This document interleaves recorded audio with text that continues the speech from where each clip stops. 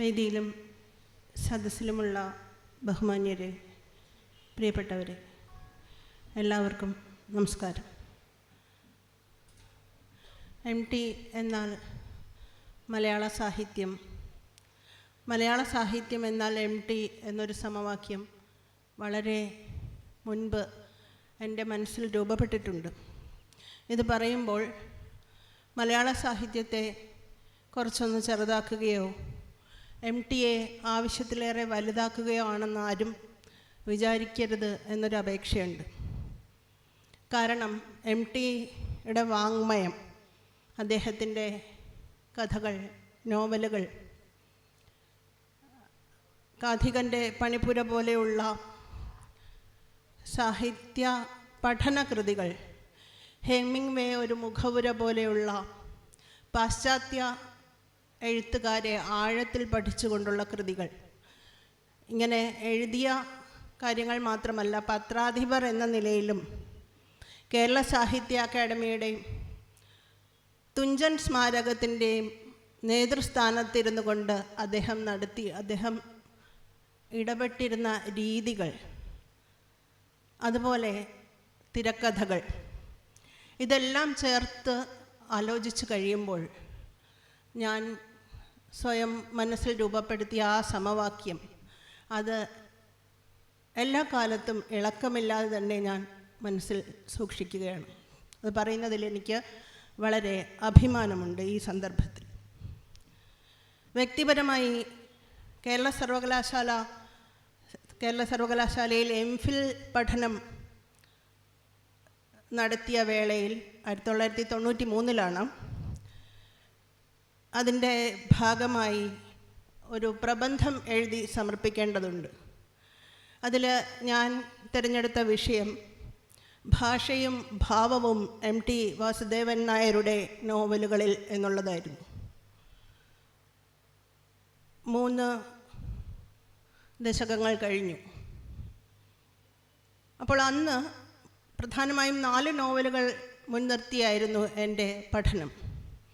നാലുകെട്ട്, അസുരവിത്ത്, കാലം, മഞ്ഞ്, ഈ 4 നോവലുകൾ. അതിലെ ഭാഷ, അപ്പോൾ MTയുടെ ഭാഷയെക്കുറിച്ച് പറയുകയാണെങ്കിൽ അതിൻ്റെ വിശദാംശങ്ങളിലേക്ക് കടന്ന് സംസാരിക്കാനുള്ള ഒരു അവസരമല്ല ഇത്. എങ്കിലും അദ്ദേഹം തിരഞ്ഞെടുക്കുന്ന ഓരോ വാക്കും, അല്ലെങ്കിൽ എഴുതുന്ന ഏറ്റവും ചെറിയ ചെറിയ വാക്യങ്ങളാണ് അദ്ദേഹം എപ്പോഴും ഉപയോഗിക്കുന്നത്. ഒരിക്കലും വലിച്ചു നീട്ടി വായനക്കാരെ ബോറടിപ്പിക്കുന്ന സമ്പ്രദായം MTയുടെ എഴുത്തുകാരൻ ഒരിടത്തും അദ്ദേഹത്തിൻ്റെ ഒരു സാഹിത്യ സന്ദർഭത്തിലും സൃഷ്ടിച്ചിട്ടില്ല.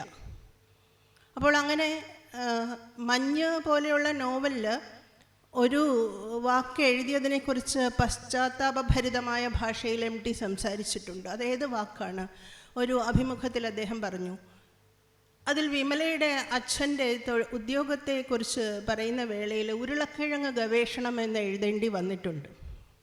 ഈ ഉരുളക്കിഴങ്ങ് എന്ന വാക്ക് വേറെ നിവൃത്തിയില്ലാത്തത് കൊണ്ടാണ് അത് ഉപയോഗിച്ചത്. പക്ഷേ അത് ശില്പത്തിൽ മുഴച്ചു നിൽക്കുന്നു എന്നെനിക്ക് തോന്നി.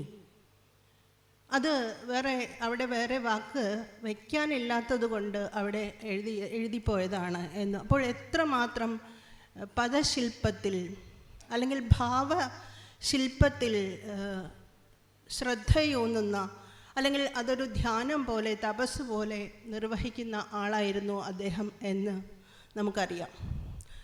അതുപോലെ തന്നെ MTയുടെ ജലബിംബങ്ങളൊക്കെ പ്രത്യേകം പഠിക്കേണ്ടതാണ്. അദ്ദേഹത്തിൻ്റെ ഏത് കൃതിയിലുമുള്ള ജലത്തിൻ്റെ സാന്നിധ്യം. 2-ാം ഊഴം തുടങ്ങുന്നത് ദ്വാരകയെ കടലെടുത്തതിൻ്റെ വർണ്ണനയോടുകൂടിയാണ്. അവിടെ കടലാണ്. ബാക്കി നോവൽ സന്ദർഭങ്ങളിലൊക്കെ നമുക്കറിയാം നിളാനദിയാണ്. മഞ്ഞിൽ അതൊരു തടാകമാണ്.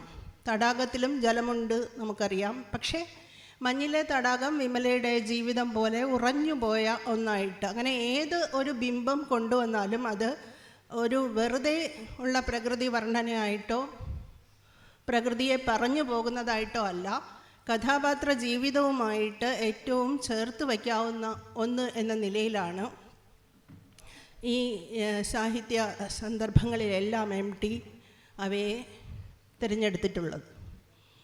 അപ്പോൾ ഇങ്ങനെ നോക്കിക്കഴിഞ്ഞാൽ രണ്ടും സ്ട്രക്ചറും ടെക്സ്ചറും ഉണ്ട് അദ്ദേഹത്തിൻ്റെ സാഹിത്യ ലോകത്തിൽ.